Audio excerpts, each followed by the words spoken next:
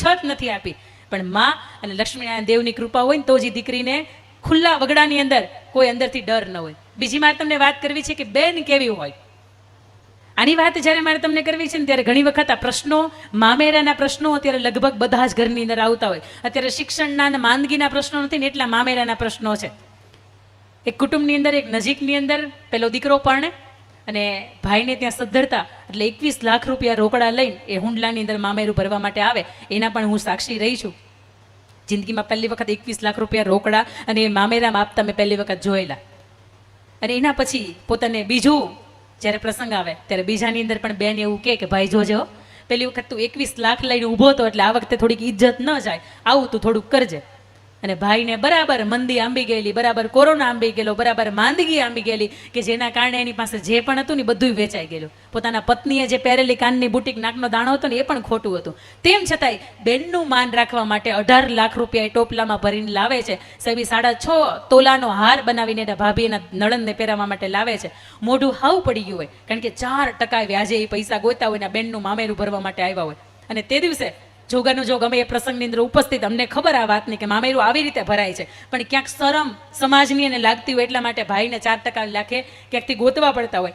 પણ એ સમાજની વચ્ચે જ્યારે મામેરું ભરાતું હોય, એક બાજુ દીકરીના કન્યાદાનનો અવસર આવતો હોય અને ત્યારે એ ભાઈ જે ભાઈ હતા એનું મને કહેવાનું કે બેન અહીંયા ઉપસ્થિત છો તો દીકરીનો પ્રસંગ છે, 2 શબ્દ બોલો. અને તે દિવસે એમ કહેવાય કે જોતું તું ઢાળ મળી ગયો, દોડવું તું ઢાળ મળી ગયો કે મેં મંચ ઉપરથી એટલું કીધું તું બેન પહેલી વખત 21 લાખ રૂપિયાનું મામેરું હતું કારણ કે દેવાવાળા અને લેવાવાળા બે સદ્ધર હતા. આ બીજી વખત 18 લાખનું આવ્યું છે. બની શકે ને કે ભાઈની ઉપર થોડોક ભાર લાગ્યો હોય, ભાઈની કદાચ પરિસ્થિતિ બરોબર ન હોય. આવો ને આપણે એથી બેન એવો પ્રયત્ન કરીએ કે આ મામેરું છે ને એની અંદરથી 125 રૂપિયા કે 100 રૂપિયા, 101 રૂપિયા કે 111 રૂપિયા આપણે લઈ લઈ અને જે તમારા ભાભી બા હાર લઈ આવે છે ને 6.5 તોલાનો, એના ડોકની અંદર હાવ ખાલો ડોક છે. આવો ને તમે આના હાર છે ને એને તમે પહેરાવી દો અને કદાચ બનીએ કે આ ભાઈ ઉપર આપણે ભાર ઓછો કરીએ. અને તે દિવસે બેન રડતા આંખે એ શ્રીફળની સાથે 111 રૂપિયાને લીધા અને બાકી 18 લાખ રૂપિયાનો ટોપલો એ ભાઈને આપ્યો. ને તે દિવસે સાહેબ આખા જેટલા પણ પ્રસંગની અંદર જેટલા પણ ઉપસ્થિત હતા ને કન્યા વિદાયમાં નહોતા રડ્યા ને એટલા એ સમયમાં એ પ્રસંગની અંદર રડ્યા હતા. કારણ કે ભાઈ અને બેનને એક જ પ્રસંગ એવો છે કે જે દૂર કરી નાખે, વર્ષોથી અબોલા કરી નાખે, અને એ છે મામેરાનો પ્રસંગ. કારણ કે ભાઈ એકનો એક હોય, બેનું 3-4 હોય અને એના બધાના પ્રસંગ હાચવવાની અંદર ભાઈની ભેણી ભાંગી ગઈ હોય ને તોય તે એને સિમેન્ટ કે પ્લાસ્ટર કે વાટા પ્લાસ્ટર નથી થતું. એની અંદર એક નાનકડો એવો એક દરવાજો મૂકી દેવો પડે. કારણ કે ભાઈના જીવનની અંદર ભાર ન નાખીએ ને એ બેન સાચી. અને એના પછીનું ત્રીજું પાત્ર એટલે પત્ની. પત્ની પણ વંદનીય છે, એ પણ પૂજનીય છે. અને આજ સુધીમાં તમે શાસ્ત્રોના પાના ખોલો ને તો એની અંદર એક વાત લખી છે, અહલ્યા દ્રૌપદી સીતા તારા મંદોદરી તથા પંચકન્યા સ્મરે નિત્યમ મહાપાતક નાશનમ. અહલ્યા દ્રૌપદી સીતા તારા અને મંદોદરી આ 5 કન્યાઓ એવી છે કે એવી પતિવ્રતાપણું એણે નિભાવ્યું છે કે એને તમે યાદ કરો તો મહાપાતક નાશનમ, મહાપાપ જે તમારા હાથેથી થયું હોય ને તો એ પણ નાશ પામે. પત્ની આવી હોય. પણ આજના સમયમાં હાર્દિક પંડ્યાને મળીને આવી પણ પત્નીઓ છે. બોલો પત્ની કેવી હોય? હાર્દિક પંડ્યાને મળી એવી પડવા એવી ન હોય, લૂંટેરી દોલન બધું લઈને વહી જાય અને પછી કે તમે કોણ ને હું કોણ. પત્ની તો સાહેબ એવી હોય કે જ્યારે પુરુષના જીવનની અંદર ચડતી પડતીનો સમય આવે, એના જીવનની અંદર પણ 25 તારીખે હપ્તા ગોતવાના ન ભેગા થતા હોય તે દિવસે સ્ત્રી એવું કહેતી હોય કઈ વાંધો નહીં, ચિંતા ન કરો.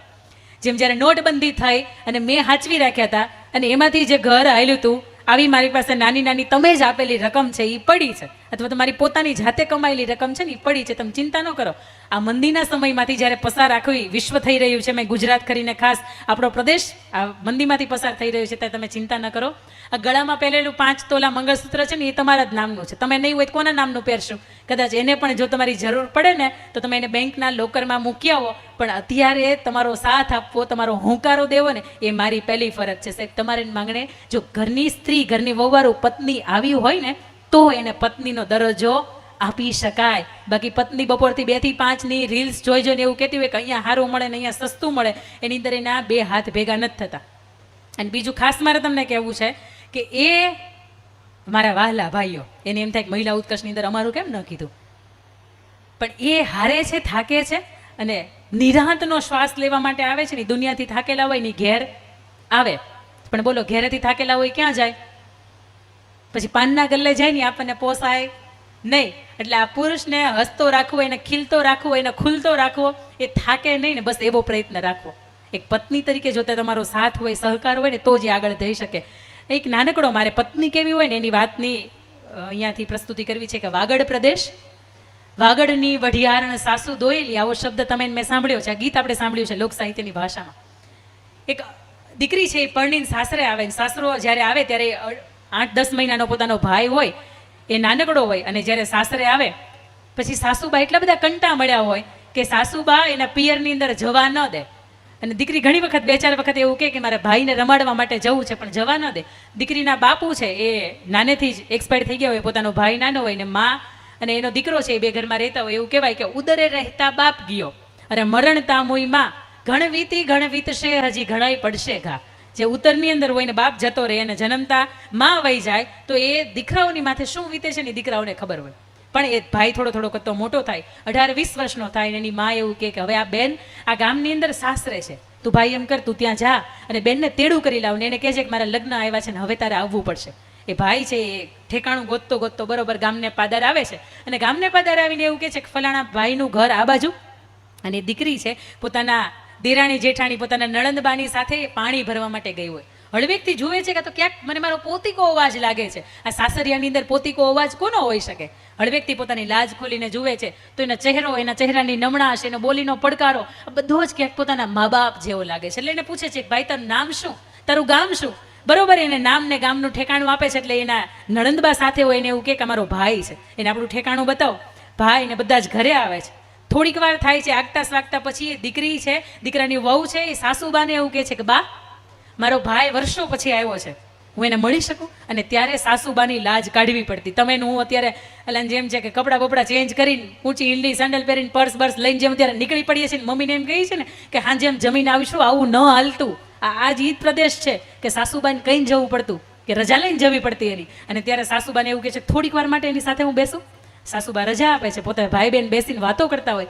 ભાઈ એવું પૂછે કે બેન આ 20-20 વર્ષનો સમય થઈ ગયો, તને ક્યારેય તારા ભાઈની યાદ ન આવી? તને ક્યારે એમ ન થયું કે મારી માને મળવા માટે જવું છે? અને ત્યારે હજી તો દીકરી એવું કહેતી હોય કે ભાઈ યાદ ઘણી વખત આવે, પણ અંદરના કામની અંદર, આ વાહિદાની અંદર, આ ઢોર ઢાખરની અંદર, આ વ્યવસ્થાની અંદર હું એટલી બધી પોરવાઈ ગઈ છું કે અહીંથી મને હવે સમય નથી મળતો. અને ત્યારે ભાઈ એવું કહે છે કે બેન તારા જીવનની અંદર દુઃખ છે, આવું તો તું કે હું તારો ભાઈ છું અને આજ સુધી તને નથી મળ્યો, પણ હવે તો તારી આંખો હું ઓળખી શકું છું. અને તે દિવસે દીકરી હજી તો કાંઈ બોલે. એમ કહેવાય કે પાછળથી નણંદ છે ને એના સાંભળતા હોય, અને ઘરના નણંદ એટલે ઘરના સિયાડી કહેવાય. અને લોક સાહિત્યની ભાષામાં એવું કહેવાય કે બારણે ઉભેલી નણંદન સાંભળે રે લોલ, આપણે નાની વહુ કરે છે આપણા ઘરની વાત જો, વહુએ વગોવા ઘરના ખોરડા રે લોલ. નણંદબા છે એ સાસુબાને કે, સાસુ સસરાને કે, સસરા જેઠને કે, જેઠ એનો પતિ હોય ને એને કે, જેઠે જે પરણ્યાને સંભળાવી રહ્યો લે લોલ, તારી વહુ કરે છે આપણા ઘરની વાત જો, આ વહુએ વગોવા ઘરના ખોરડા રે લોલ. એટલે એ જે પરણ્યો હોય એનો જે પતિ હોય એ ઘરને આંગણે આવે અને એ વિષ ઘોળતો હોય, ઝેર ઘોળતો હોય, અને પાછળથી એના પત્ની છે આવે ને એને પૂછે કે આ શું કામ એને કરો છો? અને તે દિવસે એવું કે તારી ઉપર આ ઘરને વગોવાનો એક ઇલ્ઝામ લાગ્યો છે, એક લાંછન લાગ્યું છે. મને નથી ખબર આમાં સાચું કોણ છે ને ખોટું કોણ છે, કારણ કે પુરુષનું કામ સેન્ડવિચ તરીકેનું થઈ જાય, ન પત્નીનો થઈ શકે કે નહીં માતાનો થઈ શકે. અને ત્યારે એ પુરુષ છે એવું કહેતો હોય કાં તો તું જીવીશ અને કાં તો હું જીવીશ, બેને હવે સાથે નહીં જીવાય. અને તે દિવસે દીકરી એવું કહે છે કે લાવો એ ઝેરનો કટોળો મને આપી દો, કારણ કે આ ઘરને હું દીકરા દેવા માટે આવી છું, આ ઘરના દીકરા લેવા માટે નથી આવી. અને તે દિવસે દીકરાની વહુ છે ઝેરનો કટોરો પી જાય છે અને પોતાનું જે આખું શરીર છે એના પોતાના પરિવારની અંદરથી હોમી દે છે. સાહેબ આ વહુ વારું છે. કદાચ તમારો વાંક હોય તોય ભલે અને વાંક ન હોય તોય ભલે. તમે જ્ઞાનવત્સલ સ્વામીને જો સાંભળતા હોય તો હંમેશા કહેતા હોય કે તમારી ડબલ માસ્ટર હોય, ડબલ ગ્રેજ્યુએટ હોય, ડબલ પીએચડી હોય, એ તે જ ત્યારે જ કામનું છે કે જ્યારે તમે તમારા વડીલો ઊભા છે, તમારા ઘરના મોભા ઊભા છે, એની સામે તમારો વાંક છે કે નથી એ સમય ન બોલો, કારણ કે એક તીખું હોય ને ત્યારે બીજું ડબલ તીખું થઈ જાય. પણ જે તે સમય પસાર થઈ જવા દો. બીજે દિવસે એવું કહ્યું બા તમે કહેતા હતા ને આમ નહીં ને આમ હતું. અને એના પછીની ચોથી વાત, એટલે મારે તમને મા તરફ આવવું છે કે ઘરની મા છે એ કેવી હોય. હંમેશા એને તમને મને જન્મ આપ્યો છે એટલે એના તો આપણે ઋણી છીએ જ, પણ એનાથી વિશેષમાં તમને લઈ જવા છે કે મા કેવી હોય. લગભગ દેશના જેટલા પણ કવિઓ હશે, જેટલા પણ વાર્તાકારો હશે, એ બધા જ વ્યક્તિઓએ મા વિશે ખૂબ ગુણગાન ગાયા હશે. એ મા તમે બોલો ને એટલે મોઢું ખુલી જાય, અને બાપ બોલો ને એટલે મોઢું બંધ થઈ જાય. એ ખુલવાનો જે અવસર છે એ મા છે. અને જ્યારે અયોધ્યાના રાજા જે પ્રભુ રાઘવેન્દ્ર સરકાર છે, એણે જ્યારે લંકાને જીતી લીધી ને ત્યારે પણ એ લક્ષ્મણને કીધું તું લક્ષ્મણ આ સોનાની લંકાની વચ્ચે આટલી ટાઢક નથી લાગતી, આ હિમાલયની ગોદની અંદર એટલી બધી ટાઢક નથી લાગતી જેટલી ટાઢક મને માં કૌશલ્યાની ગોદની અંદર લાગે છે. અને એ માને હંમેશા આપણે એવું કીધું, તું ચૂપ થા, તને કાંઈ ખબર નથી પડતી, તું કંઈ બોલમાં, તું ક્યાં ભણેલી છો. અને એ માનો આપણે માતૃવંદના કરત. હળવેથી આંખો ખોલો ને મારી સાથે બોલો, મા બાપ તમે ખૂબ જીવો, મા બાપ તમે ખૂબ જીવો. અને આજે અહીંયા ઉભેલા દરેક વ્યક્તિના મા બાપને એટલું પ્રાણ આપજો કે જ્યાં સુધી આ ખોળિયાની અંદર, જ્યાં સુધી આ આયખાની અંદર પ્રાણ છે ને, ત્યાં સુધી મા બાપની આંખમાંથી ટપકતું એક પણ આંસુ એવું નહીં હોય કે એનું કારણ હું બનીશ. આપ સૌને મારી વિનંતી છે કે ઘરની અંદર ભેટવાનું ભૂલાઈ ગયું છે. એ સાસુ વહુ જે ઘરની અંદર ભેટતા હોય ને સાહેબ, એ સાસુ ને વહુની વચ્ચે તિરાડ પાડવા માટે સમાજ ન આવે. જે ઘરની અંદર દેરાણી જેઠાણી ભેટતા હોય, જે ઘરની અંદર દીકરો અને બાપ ભેટતો હોય, જે ઘરની અંદર બાપ અને દીકરી ભેટતી હોય ને, ઘરની અંદર 25 વર્ષની ઉંમરે દીકરી એમ ન થાય કે મારે મારી રીતે કંઈ પણ મારે નિર્ણય કરવો છે. આપ સૌને વિનંતી છે કે કદાચ આપનો પરિવાર થોડો ઘણો દૂર હશે, પણ મારી વિનંતી છે કે મેં જ્યારે બીજું સોંગ આપને આપ્યું છે ને, બેકગ્રાઉન્ડ મ્યુઝિકની અંદર વગાડો. અને અહીંયા ઉભેલા દરેક વ્યક્તિ છે, એ બાતને પોતાની બાજુમાં ઉભેલી વ્યક્તિ છે ને, એને આજ ભેટી લ્યો. કારણ કે આ અવસર મળવાનો છે, આ અવસર ભેટવાનો છે. આ અવસર છે ને એ માત્ર તાળી પાડવાનો, હસી મજાક કરીને, પ્રસંગોપાત જમીને છૂટી પડી જવાનો નથી. આ પ્રસંગ અંદરની ભૂલોને ભૂલવાનો છે. આ પ્રસંગ છે એની અંદર તમે જ્યારે અહીંયા ઉપસ્થિત રહ્યા છે ત્યારે તારું કોણ મારું કોણ અહમ છોડીને શૂન્ય થઈને મારી બાજુમાં જે ઉભેલો વ્યક્તિ છે ને, મારો પોતાનો છે. આજે એને ભેટી પડો. આ પ્રસંગ આજે ભેટવાનો છે. આપણે એક ડાળના પંખી છીએ. ભૂલ કોની હતી કોને ખબર છે? બાજુમાં જે ઉભેલી વ્યક્તિ છે સાહેબ, આજે ભેટી પડો. આ પ્રસંગની અંદર આ કેડી છે. આજે જેટલા પણ અમારે કંડારવા છે ને, એ કંડારા દ્રષ્ટિ એ છે કે બાજુમાં ઉભેલી વ્યક્તિને ભેટી પડો. સાહેબ મારી બાજુમાં કોઈ નથી. મને પણ એમ થાય કે હું પણ કોઈને ભેટું, કારણ કે આ પોતાનું છે. સાસુ